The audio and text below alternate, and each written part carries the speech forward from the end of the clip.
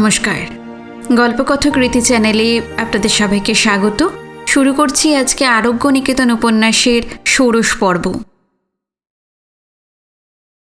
মাস কয়েক পর, মাস তখন চৈত্র, বেশ গরম পড়েছে।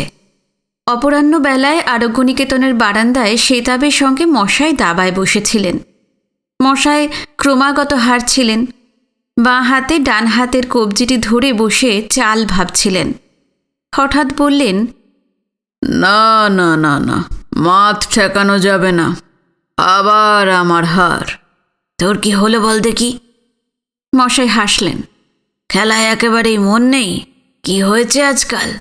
কেবল নাড়ি দেখছিস, বা হাতে ডান হাতের নাড়ি ধরেই কেবল বসে থাকিস। কিরে জীবন?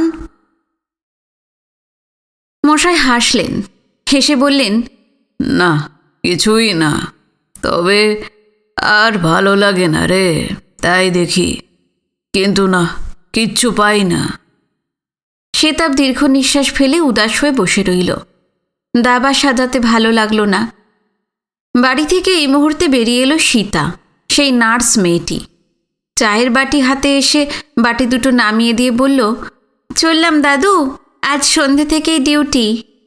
এসো, কাল কখন আসবে? সকালে স্নান করে ঘুমিয়ে নিয়ে তারপর আসব। চলো, বিনয়ের ওখানে যাবার পথে একবার ওই কোদরুকে দেখে যাব। মেয়েটি চলে গেল। শেতাব ঘাড় নেড়ে উৎসাহ প্রকাশ করে বললে, হাসপাতালের ডাক্তার কোদরু বেটাকে খুব বাঁচালে। নিশ্চয়ই, কেউ ভাবেনি এই অপারেশন করে ডাক্তার ওকে বাঁচাতে পারবে। চারুবাবু, হরেন এরাও ভাবেনি। চারুবাবু তো বলেছিলেন, হাত পাকিয়ে নিচ্ছে, বুড়োর ওপর ছুরি চালিয়ে নেক। কোদরু বেটাও মোলে খালাস। স্ট্রঙ্গুলেটেড হার্নিয়া এখানে অপারেশন হয়? হয় সবই, চাই সাহস আর আত্মবিশ্বাস। তা কিন্তু প্রদ্যোৎ ডাক্তারের আছে। স্ট্র্যাঙ্গুলেটেড হার্নিয়া হয়েছিল কোদরুর। প্রথমটায় পেটের দরদ বলে কোদরু নিজেই ঘরে পড়েছিল। কিশোর খোঁজ পেয়ে তাকে জোর করে হাসপাতালে ভর্তি করে দেয়। অপারেশন না করলেও কোদরু মরত। প্রদ্যোৎ কারোর কথা শোনেনি, সে অপারেশন করেছে এবং কোদরু বেঁচেছে। ধীরে ধীরে সেরে উঠেছে সে। মশাই রোজ একবার করে দেখে যান কোদরুকে। প্রদ্যোতের সঙ্গে প্রায়ই দেখা হয়। সে হেসে নমস্কার করে বলে, আপনার কোদরু ভালোই আছে? একদিন বলেছিল, ওর হাত দেখে ওকে একটু বলে যান যে ভালো আছে, নইলে ও তো বিশ্বাসই করছে না যে ও ভালো আছে। এমন রোগী পাওয়া ভাগ্যের কথা। শেতাব আবার ছকে গুটি সাজাতে আরম্ভ করেছে। কিন্তু তুই ওই মেয়েটাকে নিয়ে কিন্তু বড় বাড়াবাড়ি করছিস জীবন। ওই সীতা মেয়েটির কথাই বললে শেতাব। ওই মেয়েটির সঙ্গে কয় মাসেই মশাইদের সম্পর্ক নিবিড় হয়ে উঠেছে। অর্থাৎ শুধু মশাইয়ের সঙ্গেই নয়, মশাই গিন্নির সঙ্গেও। মশাই হাসলেন, বাড়াবাড়ির উপরে কি মানুষের হাত আছে রে? দাতুকে দোষ দিতাম, লোভ লোভ আর লোভ। এদের দেখছি মায়া, মায়া মায়া ছাড়াবার উপায় নাই। ছাড়বো ভাবতে গেলেও অন্তর ছটফট করে, আরও নিবিড় পাকে জড়িয়ে পড়ে। মশাই উদাস দৃষ্টি তুলে আকাশের নীলের দিকে তাকিয়ে রইলেন। শেতাব স্তব্ধ হয়ে বসে রইল। এতটা মাখামাখি শেতাবেরও একটু কটু ঠেকে। সেই সূত্র থেকে এ যেন শত সহস্র লক্ষ পাকে জড়িয়ে পড়ল জীবন। জীবন যদি যুবা হতো, এমনকি প্রৌঢ়ও হতো, এবং জীবন যদি জীবন মশাই না হতো, তবে লোকে তার দুর্নাম রটাত। তবুও লোকে প্রশ্ন করে, এত কিসের মাখামাখি বলতে পারো? শেতাবকেই প্রশ্ন করে। জীবন মশাইকে রক্ষা করবার জন্যই সে বলে, এটা বোঝো না বাবু, ছেলে পুলে নাতি নাতনি সব যখন ছাড়লে তখন ওটা এসে পড়লে, ওরাও জড়িয়ে ধরলে আর কি। লোকে তবুও ছাড়ে না, বলে নার্স টার্সদের জাতফাত তো সব গোলমেলে ব্যাপার। শেতাব বলে, সে বাপু আগেকার কালে ছিল, এ কালে নয়। জীবনের স্ত্রীও তো মেয়েটিকে ভালোবেসেছে। আতর বউ ভালোবেসেছে সেটা তো কম নয়। নিত্যই মেয়েটি একবার করে আসে, আতর বউকে বই পড়ে শোনায়, আতর বউয়ের দুঃখের কাহিনী শোনে। এইসব জেনেও সেতাবের মনে সন্দেহ হয় যে মেয়েটি অত্যন্ত সুচতুরা। সে এই বৃদ্ধ দম্পতির জীবনের শূন্যতার সুযোগ নিয়ে তাদের দোহন করছে। টাকা পয়সাও নেয়, এরাও অন্তত জীবন তো দেয়। শেষ বয়সে জীবনের ভাগ্যটা যেন ফিরে গেল। জীবনের নামডাক আবার অনেকটা ফিরে এসেছে। রামহরি লেটকে বাঁচিয়ে সূত্রপাত হয়েছিল, তারপরে এই শশাঙ্কের বউয়ের রোগে জীবনের চিকিৎসা দেখে লোকে অবাক হয়ে গিয়েছে। ডাক্তারেরা বলেছিল যক্ষা, কিন্তু জীবন বলেছিলেন যক্ষা নয়। অক্ষরে অক্ষরে সত্য হয়েছে। মাস দেড়েকের মধ্যেই সম্পূর্ণ রোগমুক্ত হয়েছে শশাঙ্কের স্ত্রী। সে কি পরিশ্রম আর সে কি নিষ্ঠা বৃদ্ধ জীবনমশাইয়ের। নিজের হাতে ওষুধ তৈরি করেছেন। নিয়মিত একদিন অন্তর ভোরবেলা উঠে 2 মাইল পথ হেঁটে গিয়ে জীর্ণ ঘরখানির সামনে দাঁড়িয়ে ডাকতেন, মা। মরি বষ্টমী ঠিক উপস্থিত থাকত। হাসি মুখে বলতো, আসুন বাবা আসুন। মা কি উঠেছেন? মা আপনার সেই ভোরে উঠে বসে আছেন। জব সারা হয়ে গেল? সাদা থান কাপড় পরা শীর্ণ ক্লান্ত দৃষ্টি গৌরাঙ্গী মেয়েটি প্রসন্ন হেসে মাথায় একটু কাপড় টেনে দিয়ে অভ্যর্থনা করে বলতো, কেন আবার কষ্ট করে এলেন বাবা? ওষুধ পাঠিয়ে দিলেই তো হতো। আমি তো ভালো আছি। ভালো তো থাকবেই মা। রোগ তোমার জট পাকিয়েছে, কিন্তু কঠিন তো নয়। তার উপর তোমার সহ্য গুণ, সেই জোরে শরীরের চেয়ে মন বেশি ভালো আছে। হাতটা যে দেখতে হবে, সেই জন্যই এলাম। মেয়েটি লজ্জিত হতো। মধ্যে মধ্যে বলতো, আমাকে বাঁচাবার জন্য এত কষ্ট যে কেন করছেন? আমি লজ্জা পাই। আমার জীবন যাবার নয়। আমি গেলে কষ্ট ভোগ কে করবে? সুখ দুঃখের সংসার মা। যতই সুখ ততই দুঃখ। এ সইতেই তো জন্ম। তা বটে বাবা। যত তেতো তত মিষ্টি। না পারা যায় গিলতে, না পারা যায় ওগড়াতে। ঠিকই বলেছ। এই তো আমাকেই দেখো। তবু মা সংসারে মৃত্যু কামনা তো করতে নেই। আবার মরণকে ভয় করে পিছনে ফিরে সংসার আঁকড়ে ধরে কাঁদতেও নেই। দুটোই পাপ। সেই পাপের ভয়ই তো বাবা। নইলে পাপ তোমার নেই, কিন্তু অন্যায় কিছু আছে। আমার ওপর রাগ করো না। অন্যায়? কি অন্যায় বাবা? আত্মা, যাকে নিয়ে মানুষের এত, তিনি হলেন দেহাশ্রয়ী। দেহ নইলে তিনি নিরাশ্রয় নিরালম্ব। তার আর কিচ্ছু থাকে না। এই দেহকে একটু যত্ন করো তুমি। যে মন্দিরে দেবতা থাকেন, সেই মন্দিরের অযত্ন হলে দেবতা কি করে থাকবেন? দেহকে পীড়া দিয়ে তাকে অকালে চলে যেতে বাধ্য করলে সেও যে এক ধরনের আত্মহত্যাই হয়। শরীরের যে একটু যত্ন নিতে হবে। শশাঙ্কের স্ত্রী সেই কথা পালন করেছে। কোনো কোনো দিন সকালে যেতে না পারলে বৃদ্ধ মশাই দুপুরের রোদ মাথায় করেই গিয়েছেন। শশাঙ্কের স্ত্রী সেরে উঠেছে। ভাইপোর ঘরে আবার ফিরে গিয়েছে। ফিরিয়ে নিয়ে যাবার আগে ভাইপোটি পিসিকে শহরে নিয়ে গিয়ে এক্সরে করিয়ে নিঃসন্দেহ হয়ে তবে নিয়েছে। এক্সরেতে জীবনমশাইয়ের কথাই সত্য হয়েছে।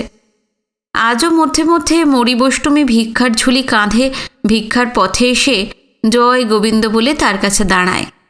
ঝুলির ভিতর থেকে বের করে দেয় কিছু মিষ্টান্ন আর বলেন, অভয়া মা কালী মায়ের প্রসাদ পাঠিয়েছেন বাবা। আরও সত্য হয়েছে জীবনমশাইয়ের কথা। দাঁতু ঘোষাল মরেছে। হাসপাতাল থেকে ভূতের ভয়ের জন্য দাঁতু জোর করে চলে এসেছিল আর জুটেছিল শশীর সঙ্গে। কদিন পরেই বিপিনের শ্রাদ্ধ হলো মহাসমারোহে। সেই শ্রাদ্ধে দাঁতু খেয়ে এলো। সেই খাওয়া বিস্ময়কর। তারপরেই সে পড়ল। শেষ চিকিৎসা তার জীবনমশাই করেছেন। সে অন্য কাউকে ডাকেও নি, মশাইকেই ডেকেছিল। শশী এসেছিল ডাকতে। মশাইয়ের দুটো হাত ধরে খুব কেঁদেছিল। মশাই বলেছিলেন, আমি কি করব দাতু? কেই বা কি করবে? হাসপাতাল থেকে তুই শ্রাদ্ধের খাওয়ার লোভে পালিয়ে এলি। দাঁতু অস্বীকার করে বলেছিল, হ্যাঁ, না না না, গুরুর দিব্যি না, ঈশ্বরের দিব্যি করে বলছি, ভূতের ভয়। হাসপাতালের ডাক্তারের বাড়িতে পর্যন্ত। দাতু। দাঁতু চুপ করে গিয়েছিল এক মুহূর্তে। মশাই বলেছিলেন, সে তুই ডাক্তারের রান্নাঘরের জানলার পাশে দাঁড়িয়ে তুই ভূত সেজে মাংস চেয়েছিলি, আমি জানি। দোষ তোর নয় রে দাতু, এই লোভ তোর রিপু হয়ে দাঁড়িয়েছে, তুই ছাড়তে পারবি না।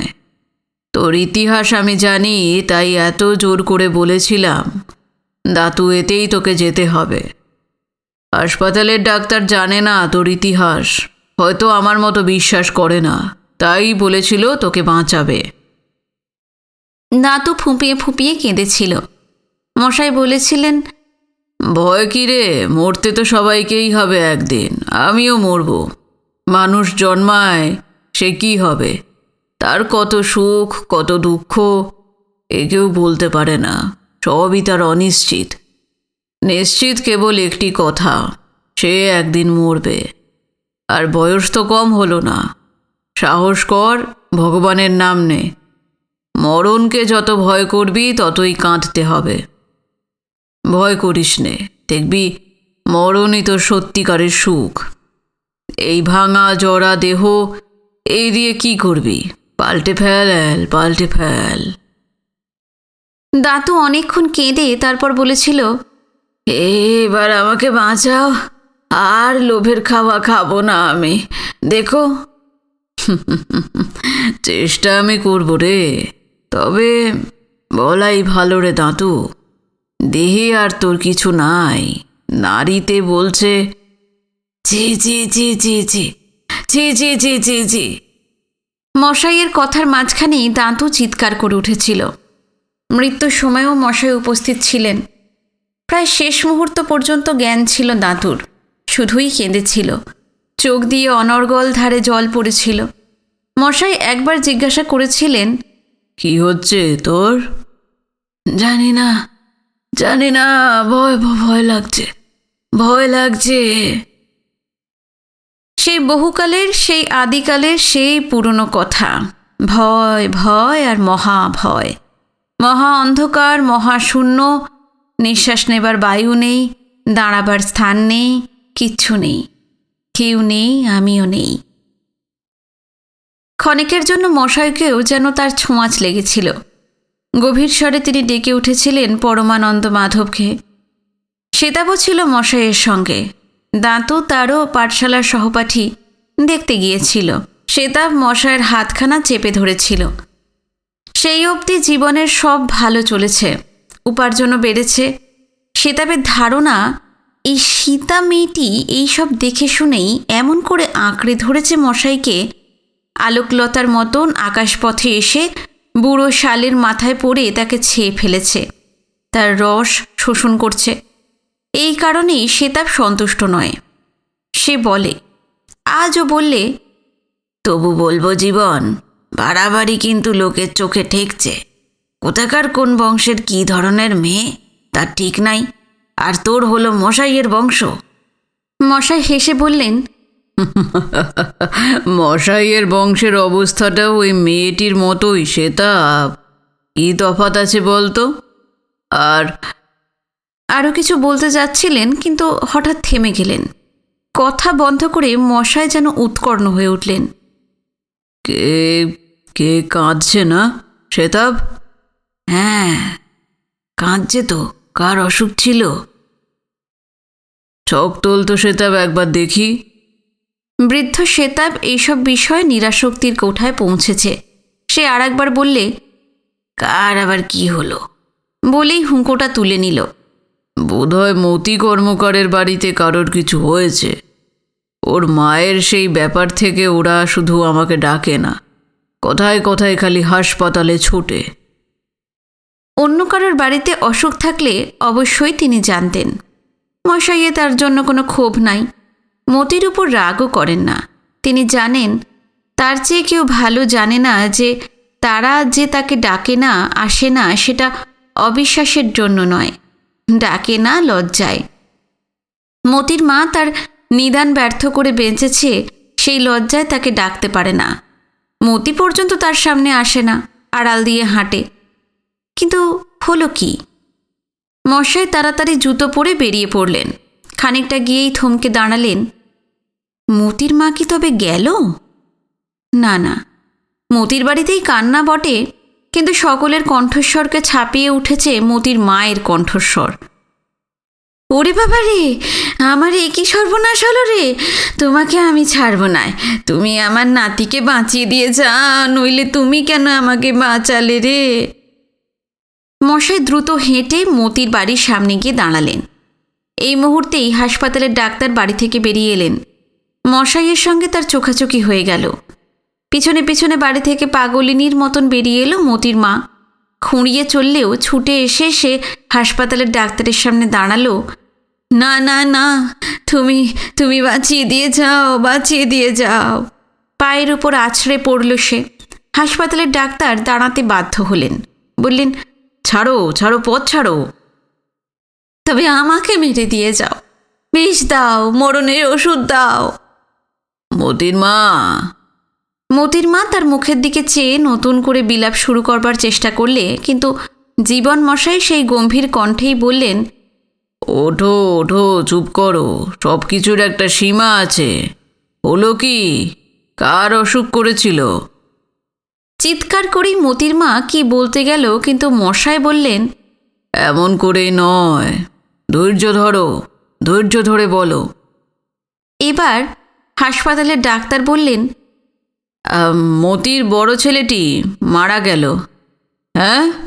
ছি ছি ছি ছি, 12-13 বছরের যে পাথরে গড়া ছেলের মতন শক্ত ছিল, এ কি হয়েছিল? বোধহয় ম্যালিগন্যান্ট ম্যালেরিয়া, মাত্র 2 দিনের জ্বর, হঠাৎই হার্ট ফেল করলো। ডাক্তার বলছিলেন, কিন্তু তাকে বাধা দিয়ে মতির মা চিৎকার করে আর্তনাদ করে উঠল, ওরে আমার সচল বচল ছেলে রে, অসুরের কাঁড়ি সেই ছেলে আমার। বুক চাপড়াতে লাগলো আর মাথা ঠুকতে লাগলো। হাসপাতালের ডাক্তারও বিব্রত হয়ে উঠলেন। ওদিকে তার সাইকেল পাংচার হয়ে গেছে, চারপাশে লোক জমেছে। মৃদু গুঞ্জনে তারা বলছে, কি রকম রোগ তাকাতেই পারে নাই নাকি? জীবনমশাই ডাকলেন, মতি। মতি 2 হাতে মাথা ধরে বসেছিল। এবার সে হাউমাউ করে কেঁদে উঠল, ডাক্তার জ্যাঠা, আপনাকে দেখালে হয়তো আমার ছেলেটা। না না, আমাকে দেখালে বাঁচত কে বললে? সংসারে ডাক্তার বৈদ্যতে রোগ সারাতে পারে, মৃত্যু রোগ সারাতে পারে না বাবা। আমি কি করব গো? আমাকে বলে দাও। কি আবার করবে? সহ্য করবে। সংসার যখন বহু সংসার হয় তখন মুক্তি নিতে হয়, নয় সইতে হয়। মৃত্যুর কাছে বালক বৃদ্ধ নাই, কি করবে? সইতে হবে। মতির মা হঠাৎ করে চেঁচিয়ে উঠলে, আমাকে বাঁচালে কেন গো, আমাকে বাঁচালে কেন? এই শোক তোমার কপালে ছিল বলে। তাছাড়া তুমি তো বাঁচতেই চেয়েছিলে মতির মা। কে একজন বলে উঠল, এই তো চিরকালের নিয়ম গো। সংসারে প্রবীণ মানুষ মৃত্যুশয্যা পেতে যদি উঠে বসে, তবে সেই শয্যাতে আর কাউকে তো শুতেই হবে, মাসুল তো দিতেই হবে। নীরবে জীবনমশাই অগ্রসর হলেন, তার সঙ্গে হাসপাতালের ডাক্তার। হঠাৎ তিনি বললেন, এখানে ম্যালিগন্যান্ট ম্যালেরিয়া তো এখন নাই, আমি সন্দেহ করিনি, আমাকে বলেওনি। আজ বললে কয়েকদিন আগে মামার বাড়ি গিয়েছিল, সেখান থেকেই এনেছে। জীবন ডাক্তার দীর্ঘশ্বাস ফেলে বললেন, রোগীর রোগ বর্ণনায় ভুল, চিকিৎসকের ভ্রান্তি, ওষুধ অপ্রাপ্তি, এসব মৃত্যু রোগের উপসর্গ না হোক হেতু। নইলে চিকিৎসা বিজ্ঞান আমাদের বলে আয়ুর্বেদ পঞ্চম বেদ, বিজ্ঞান বেদ। এ তো মিথ্যে নয়। মিথ্যা এমনি করেই হয়, মৃত্যু আসে। অবশ্য এই কালের রোগ পরীক্ষার উন্নতি আরও হবে, তখনকার কথা বলতে পারি না। তবে এইটুকু বলতে পারি, ভ্রান্তি মানুষের হবেই। একটু চুপ করে থেকে প্রদ্যোৎ বললে, নাড়ি দেখে আপনি বুঝতে পারতেন ম্যালিগন্যান্ট ম্যালেরিয়া? এক্ষেত্রে হয়তো পারতাম না, পারলেও বাঁচাতে পারতাম না। ওটা ঠিক কথা নয়। লক্ষ লক্ষ মানুষ অচিকিৎসায় অকালে মরছে। হ্যাঁ, তা মরছে।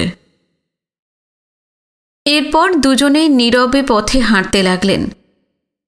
মশাই ভাবছিলেন ডাক্তারের কথাই। মরে, অকালে অচিকিৎসায় অনেক লোক মরে, এই কথা স্বীকার আজ করতেই হবে।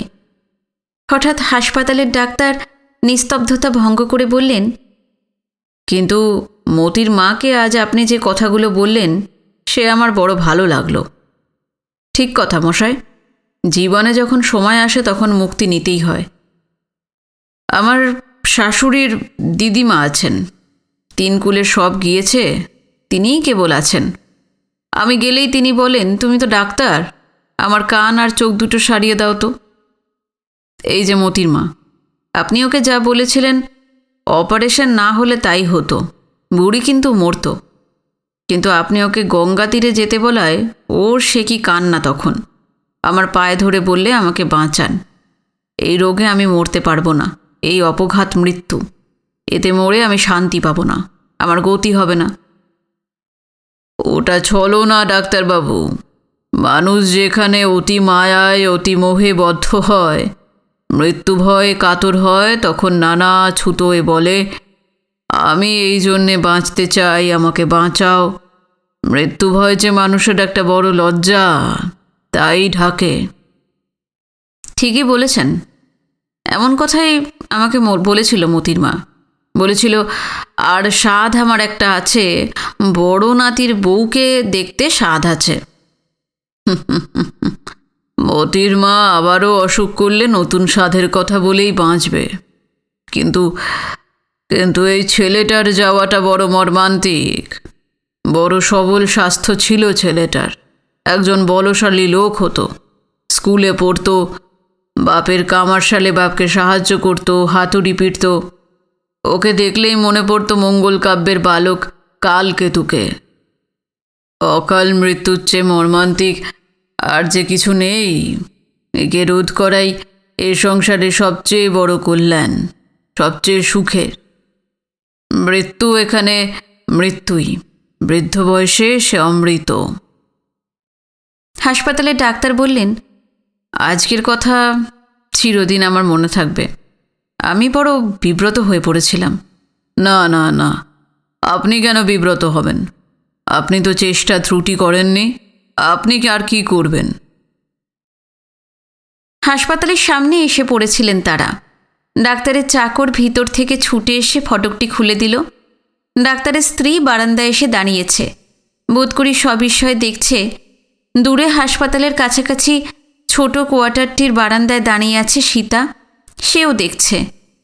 ডাক্তার আহ্বান জানালে, আসুন, একটু বসবেন না? অনেকবারই এসেছেন হাসপাতালে, এখনও আসেন, কদ্রুকে দেখে যান। আমি আপনাকে কখনো ডাকিনি। একটু বসবেন না আজকে আমার বাসায়? আজকে নয় ডাক্তারবাবু, অন্য একদিন আসব। প্রদ্যোৎ একটু চুপ করে দাঁড়িয়ে রইল। তারপর বলল, আপনার কাছে হয়তো আমার ত্রুটি হয়ে থাকবে, কিন্তু বিশ্বাস করুন, সে আমি ইচ্ছা করে করিনি। আপনার চিকিৎসা পদ্ধতি আর আমার পদ্ধতিতে অনেক প্রভেদ আছে। আমার মত ছেড়ে আপনার মতে আমি বিশ্বাস করতে পারিনি, তাতে আমাকে বিব্রত হতে হয়। আমার চিকিৎসা করা চলে না। তবে হ্যাঁ, মতির মায়ের নিদান হাঁকার কথা শুনে আর সেই কান্না দেখে আমার রাগ হয়েছিল। আজ অবশ্য দেখলাম মতির মা মরলেই ওর পক্ষে ভালো হতো, কিন্তু আমরা তো ঠিক ওই চোখে দেখি না। জানি জানি, আমরা সেকালে ওই চোখেই দেখতাম, বিশেষ করে পরিণত বয়সের রোগী হলে আর রোগ কঠিন হলে রোগের যন্ত্রণা উপশমের চেষ্টাই করতাম। মৃত্যুর সঙ্গে কাড়াকাড়ি করে বাঁচবার চেষ্টা করতাম না। বলে দিতাম, ইঙ্গিতেও বলতাম, স্পষ্ট করেও বলতাম যে আর কেন, অনেক দেখলে, অনেক ভোগ করলে, এইবার মাটির সংসার থেকে চোখ ফিরিয়ে উপরের দিকে তাকাও। সাধারণ মানুষ আকাশের নীলের মধ্যেও তো ধরবার কিছু পায় না। তাই বলতাম, তীর্থস্থলে যাও, সেখানকার দেবতার মন্দিরের চূড়ার দিকে তাকিয়ে বসে থাকো। তবে অবশ্য যে প্রবীণ, যে বৃদ্ধ বয়সেও বহুজনের আশ্রয়, বহু কর্মের কর্মী, তাকে বাঁচাতে কি আর মরণের সঙ্গে লড়িনি? লড়েছি। অন্যদিন হলে তর্ক করতাম আপনার সঙ্গে, আজ করব না। আমার নিজেরই দিদি শাশুড়ির কথা তো বললাম আপনাকে। আমরাই বলি বুড়ি গেলেই খালাস পায়, সেও পায়, হয়তো আমরাও পাই। তা হয় বই কি, ওটা আবার সংসারের আর এক দিক। সুস্থ জীবন, রঙে রসে ভরপুর জীবন জীর্ণ বস্তুকে সহ্য করবে কেমন করে? কয়েকটা কেসেই আমি আপনাকে হাত দেখতে দিইনি, আমার ভয় হতো আপনি কি পাবেন, কি বলে দেবেন। আপনার হাত দেখাকে আমার সময় সময় ভয় লাগে, বিশেষ করে ওই ওহি সরকারের নাতির অসুখে। ও তো আপনি অদ্ভুত বাঁচিয়েছেন, অদ্ভুত চিকিৎসা করেছেন। আমি প্রথম নারীতে মৃত্যুর যেন পায়ের সাড়া পেয়েছিলাম। আমি বারবার হাত দেখেছিলাম, কেন জানেন? মৃত্যুকে পিছন হটে চলে যেতে দেখলাম। প্রদ্যোৎ তাকিয়ে রইল মশাইয়ের মুখের দিকে। কথাটা সে জানে না নয়, কিন্তু সেই কথাকে এইভাবে সে প্রকাশ করত না, এমন করে সে অনুভব করে না। আজ তাহলে চলি। আর একটা কথা, ওই রানা পাঠক। রানা বাঁচবে না ডাক্তারবাবু, রানাও সে কথা জানে। সে এক অদ্ভুত মানুষ, সে তো ভয় করে না মরতে। আপনাদের এখনকার অদ্ভুত চিকিৎসায় সে বাঁচতে পারত, কিন্তু সে কি বলে জানেন? ভালো হলেও সে আমি আর হব না, অক্ষমে সামিল হয়ে বাঁচতে হবে। লোকে ভয়ে পাশে বসবে না, ছেলেপিলে ভয় করবে। সেই বাঁচতে এত কষ্ট, এত খরচ কেন করব? তার চেয়ে যা হয় আপনি করুন। আর রানা তো আমাকেও দেখায় না এখন, ওষুধপত্র সব ছেড়ে দিয়েছে, এখন দেবস্থানের ওষুধ খাচ্ছে। মশাই ভাবতে ভাবতেই বাড়ি ফিরলেন।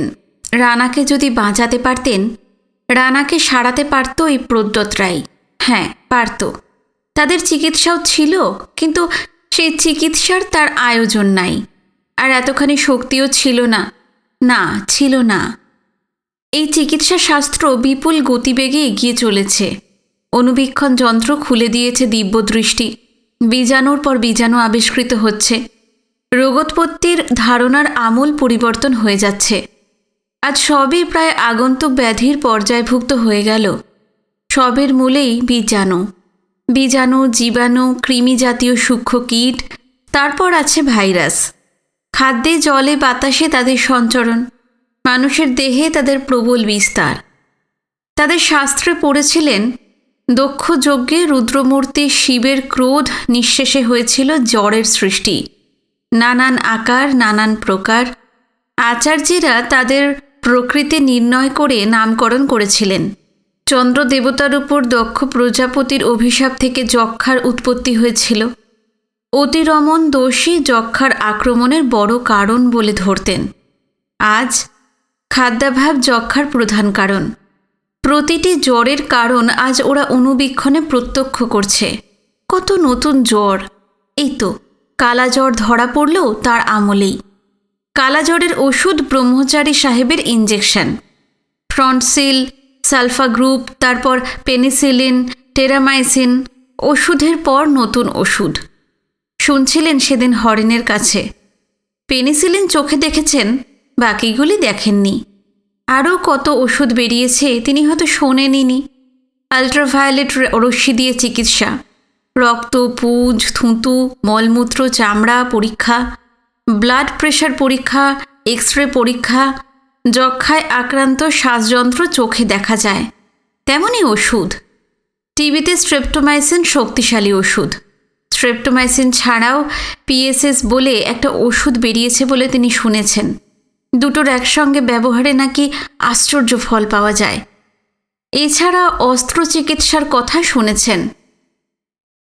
অকস্মাৎ একটা পুরনো কথা মনে পড়ে গেল। গুরু রংলালের কাছে কলেরার প্রেসক্রিপশন আনতে গিয়ে মৃত্যু ভয়ে ত্রস্ত মানুষদের প্রসঙ্গে বলেছিলেন, মৃত্যু হেন দুহাত বাড়িয়ে উন্মাদিনীর মতো ভয়ঙ্করে মূর্তিতে তাড়া করে ছুটেছে। মানুষ পালাচ্ছে, আগুন লাগা বনের পশুর মতন দিকবিদিক জ্ঞানশূন্য হয়ে ছুটেছে। রংলাল ডাক্তার বলেছিলেন, শুধু পাল্টানোটাই চোখে পড়ছে তোমার? মানুষ তার সঙ্গে অবিরাম লড়াই করছে দেখছো না? পিছু হঠেই আসছে সে চিরকাল, কিন্তু যুদ্ধক্ষেত্র থেকে পিঠ দেখিয়ে পালিয়ে আসেনি। নতুন নতুন অস্ত্রকে উদ্ভাবন করছে, আবিষ্কার করছে। সেই চেষ্টার তো বিরাম নাই তার। মৃত্যুকে রোধ করা যাবে না, মৃত্যু থাকবেই, কিন্তু রোগ নিবারণ সে করবে। পরিণত বয়সে যোগীর মতন মানুষ দেহত্যাগ করবে। চিকিৎসকের কাছে এসেই বলবে, আর না, ছুটি চাই, ঘুমোতে চাই, put me to sleep please. জীবন সেদিন মনে মনে বলেছিল, হ্যাঁ, নিদ্রা নয়, মহানিদ্রা। অপ্রত্যাশিত না হলেও সংবাদটা এলো যেন হঠাৎই। আরও মাসখানেক পর, বৈশাখের শেষ সপ্তাহে, রানা পাঠক মরেছে। সংবাদটা নিয়ে এলো কিশোর সেখানে গিয়েছিল। রানাই তাকে সংবাদ পাঠিয়েছিল। নবগ্রামের জেলেরা গিয়েছিল নদীতে মাছ ধরতে। তাদেরই একজনকে বলেছিল, কিশোরবাবুকে একবার আসবার জন্য বলিস, আমি বোধহয় আর 2-1 দিন আছি, বুঝলি। শেষ কিছুদিন রানা গ্রাম ছেড়ে নদীর ঘাটে একখানা কুঁড়ে তৈরি করে সেখানেই থাকত। নদীর ঘাট, নদীর জলকর তার ইজারা নেওয়া ছিল। নদীর ঘাটটি তার অত্যন্ত প্রিয় স্থানও ছিল। ওই নদীর ঘাটেই সে জীবনের শ্রেষ্ঠ আনন্দ উল্লাস ভোগ করেছে। নদীতে ঝাঁপ খেয়ে পড়ে সাঁতার কেটেছে, রাত্রে খেয়াঘাটের চালায় অথবা নৌকায় বসে মদ্যপান করেছে, নারী নিয়ে উল্লাস করেছে, খাওয়া দাওয়া অনেক কিছু করেছে। আবার বসে মোটা গলায় প্রাণ খুলে কালী নাম করেছে। ইদানিং সে সন্ন্যাসী হয়েছিল। ওখানে সন্ন্যাসীর মতোই বাস করত। গেরুয়া কাপড় পরত, দাড়ি গোঁফ রেখেছিল, খুব আচারেই থাকত। দেবস্থানের ওষুধই ব্যবহার করত। কিন্তু রানার গোঁড়ামি, রানার বিশ্বাস অদ্ভুত। ওকে টলানো যায় না। মৃত্যু শয্যা তো স্বীকার করে নাই, বলেছে, এই আমার অদৃষ্ট, তার দেবতা আর কি করবে। কিশোরকেই বলেছে। কিশোর যখন পৌঁছেছিল তখন তার শেষ অবস্থা। ঘণ্টা কয়েক বেঁচে ছিল। কিশোর ডাক্তার বৈদ্য ডাকতে চেয়েছিল, তারই উত্তরে ওই কথা বলেছিল। ডাক্তার বদ্যির জন্য তোমাকে ডাকি নাই কিশোরবাবু। শোনো, তোমাকে যার জন্য ডেকেছি, মনে হচ্ছে আজই হয়তো মরব, বড় জোর কাল। এখন রাত্রে একজন লোক চাই, কাছে থাকবে, জল চাইলে জল দেবে, আর এই শেয়াল এলে তাড়াবে, বুঝেছ? নদীর ধারে মরা খেকো শেয়াল তো, বেটারা ভারী হিংস্র। আজ 2-3 দিন থেকেই ওরা আশেপাশে ঘুরছে রাত্রে। তক্তাতে লাঠি ঠুকে ধমক দিয়ে কালও তো তাড়িয়েছি। আজ আর পারবো না। তাছাড়া মরণের আগে সব আসে তো, ভয় রানা পাবে না, তা পাবে না। ক্ষমতা থাকলে বলতাম, আয় রে বাবা, লার 1 হাত। তা ক্ষমতা তো নাই। একজন লোক থাকলে ভালো হয়, এই 1 নম্বর। আর 2 নম্বর হলো, মরে গেলে এই দেহটার তো একটা ব্যবস্থা চাই। গাঁয়ের লোক ভয়ে যক্ষা রোগীর দেহ ছোঁবে না, তার একটা ব্যবস্থা করো। আর 3 নম্বর হলো ছেলে মেয়ে। মা মরা ছেলে, বাবাও এখন যাবে। তুমি এখানকার ভালো লোক, ক্ষমতাও রাখো, পারো তো ওদের একটু দেখো। আর 4 নম্বর হলো, মশাই আমার কাছে চিকিৎসার দরুন কিছু পাবে, তা মশাইকে বলো ওটা আমাকে মাফ দিতে, ব্যাস। বিনয় দোকানে বসে শুনলেন মশায়। শুনে স্তব্ধ হয়ে বসে রইলেন। দুফোঁটা জল তার চোখ দিয়ে গড়িয়ে পড়ল গাল বেয়ে। দীর্ঘ দাড়ির মধ্যে পড়ে হারিয়ে গেল শিবের জটার গঙ্গার মতো। অনেকক্ষণ পর তিনি ডাক শুনলেন, গোবিন্দ গোবিন্দ। আর ডাক শুনেই বুঝতে পারলেন মরি বষ্টমী এসেছে। কিন্তু এই অবেলায়? মরি সাধারণত আসে সকালে। ভিক্ষে বের হয়ে তার বাড়িতে আরোগ্য নিকেতনে এসে অভয়ার পাঠানো প্রসাদী মিষ্টান্ন তাকে দিয়ে ভিক্ষায় বেরিয়ে যায়। অবেলায় এই সন্ধ্যায় বিনয়ের দোকানে সে কোথা থেকে এলো? অভয়ার কি আবার অসুখ করেছে?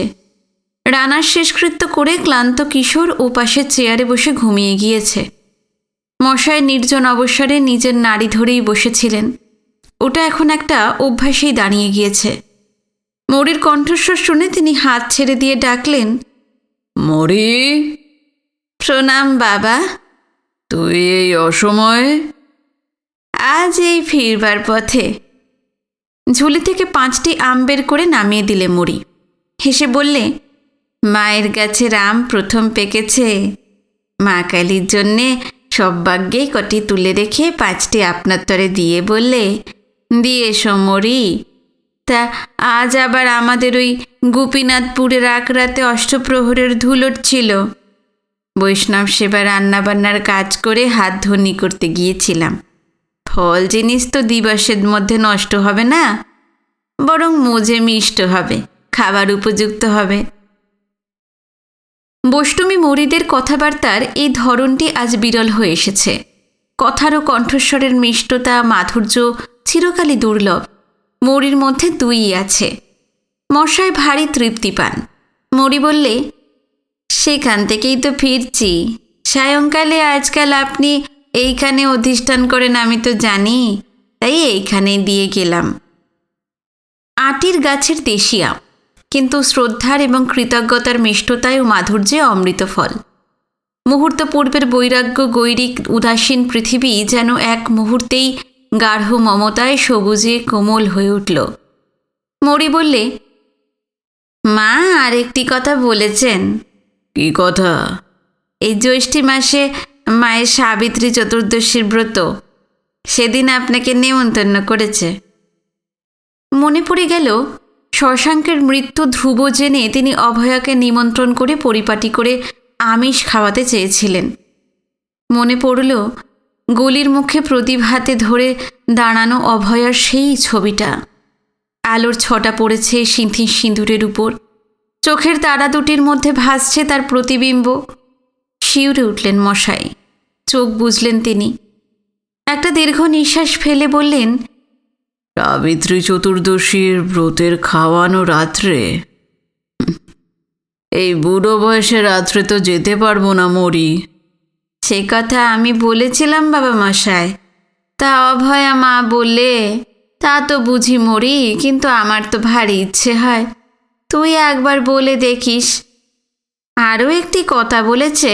কি? আম কটি কিন্তু খাবেন বাবা। হ্যাঁ হ্যাঁ, নিশ্চয়ই খাবো।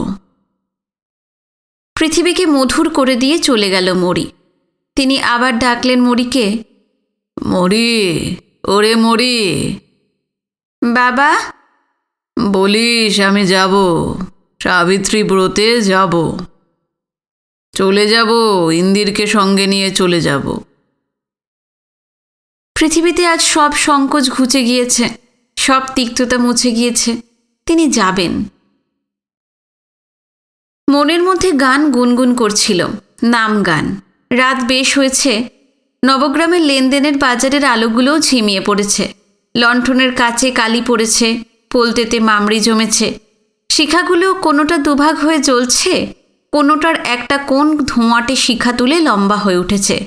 ডেলাইট পেট্রোম্যাক্সেরও সে একই দশা। ম্যান্টেল লালচে হয়েছে, খানিকটা বা কালো, কোনোটা বা মধ্যে মধ্যে দপদপ করছে। অধিকাংশ ক্যাশ বাক্সে চাবি পড়েছে। বাক্সের উপর খেরো বাঁধা খাঁতাগুলো থাকবন্দি সাজিয়ে রাখা হয়েছে। কেউ কেউ জল ছিটিয়ে ধুনো দিচ্ছে। তালাচাবি হাতে লোকে দাঁড়িয়ে আছে যে দোকান বন্ধ করবে।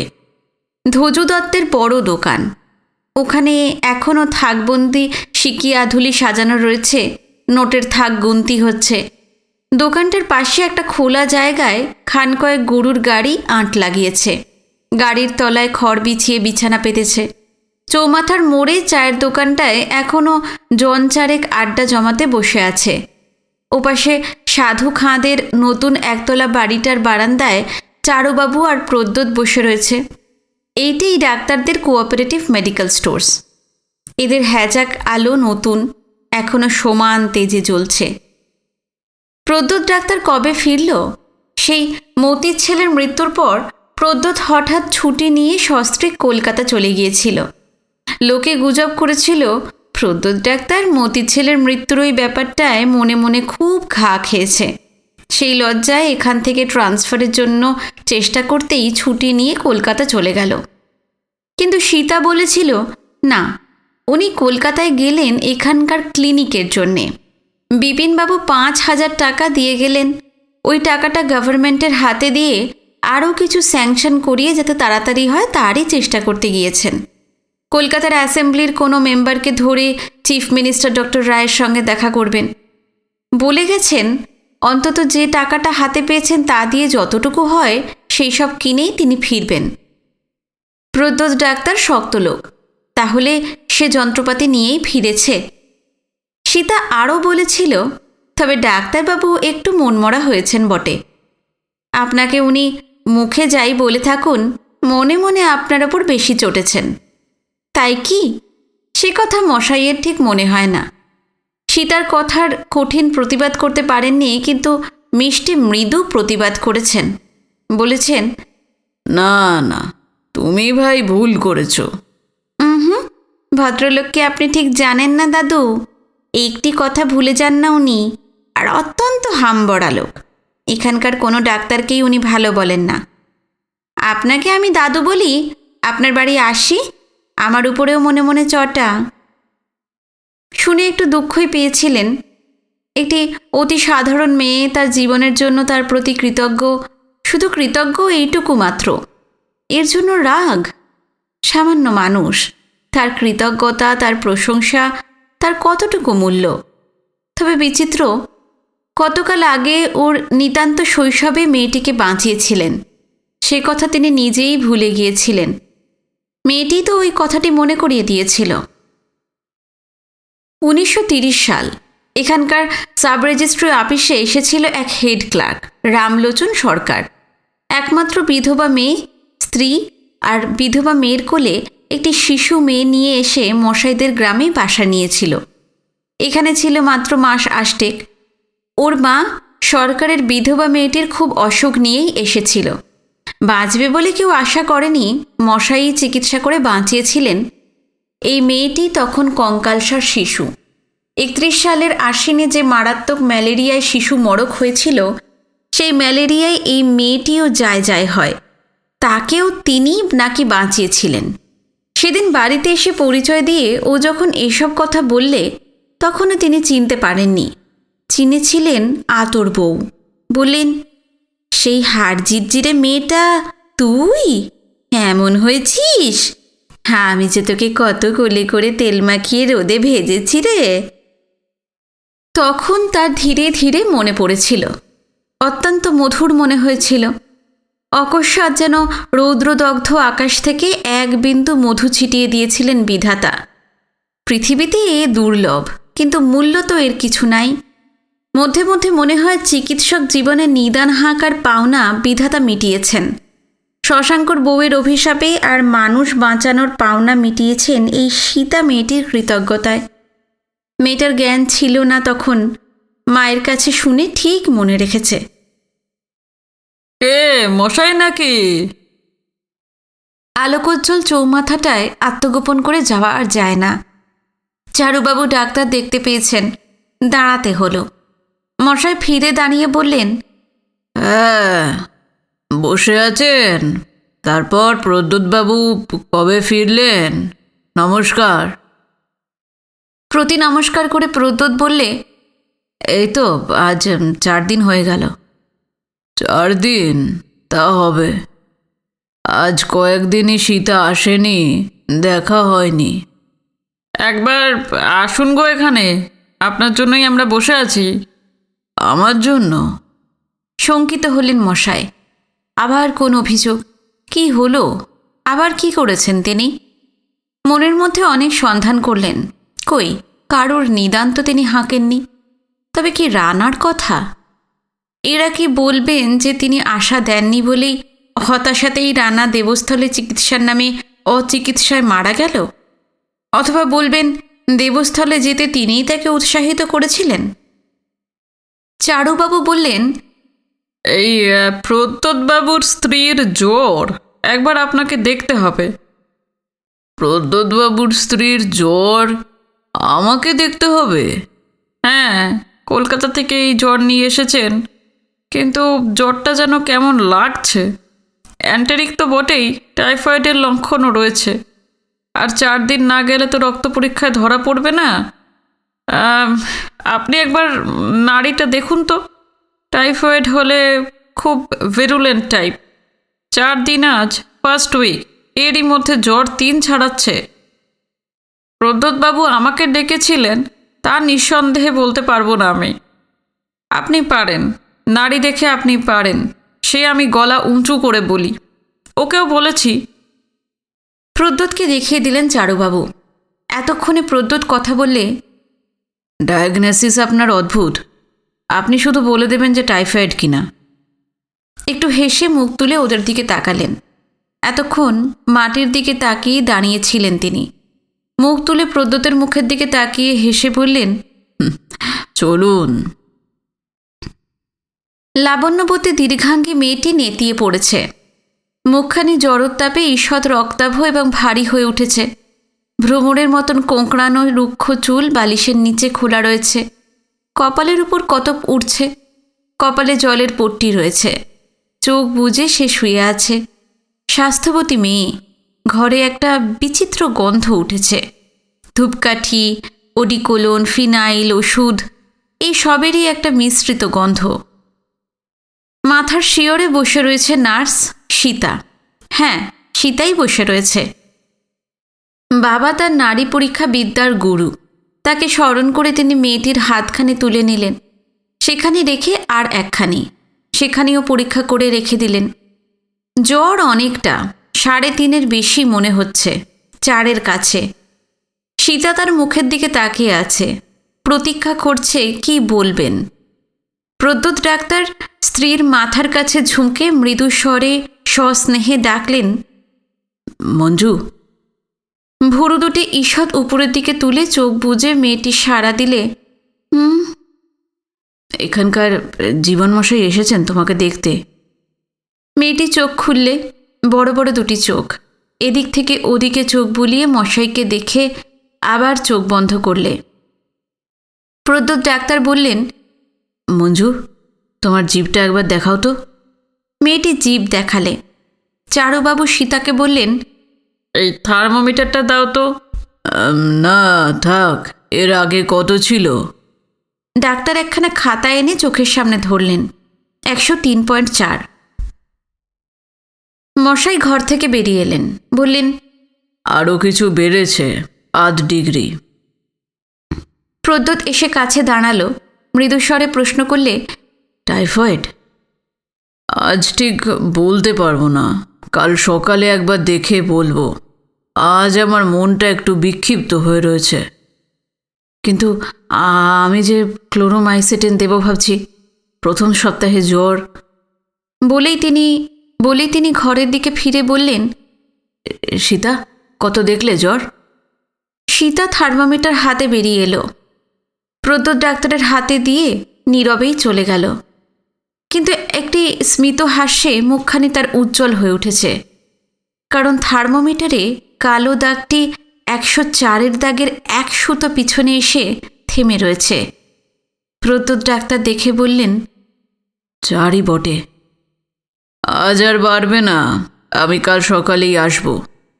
আমি ক্লোরোমাইসেটিন আনিয়েছি, আজ দিতে পারলে কাল সকালে।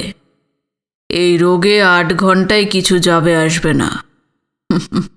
রাগ করবেন না তো? না না, বলুন। আপনি উতলা হয়েছেন, আপনার চিকিৎসা করা তো উচিত হবে না। না না, আমি ঠিক আছি।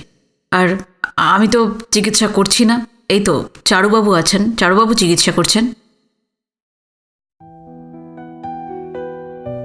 আজকের পর্ব এখানে শেষ করলাম। আগামী পর্ব অর্থাৎ অন্তিম পর্ব নিয়ে খুব শিগগিরই ফিরছি আপনাদের কাছে। আজকের পর্ব ভালো লাগলে অবশ্যই জানাবেন। নমস্কার, সবাই খুব ভালো থাকবেন।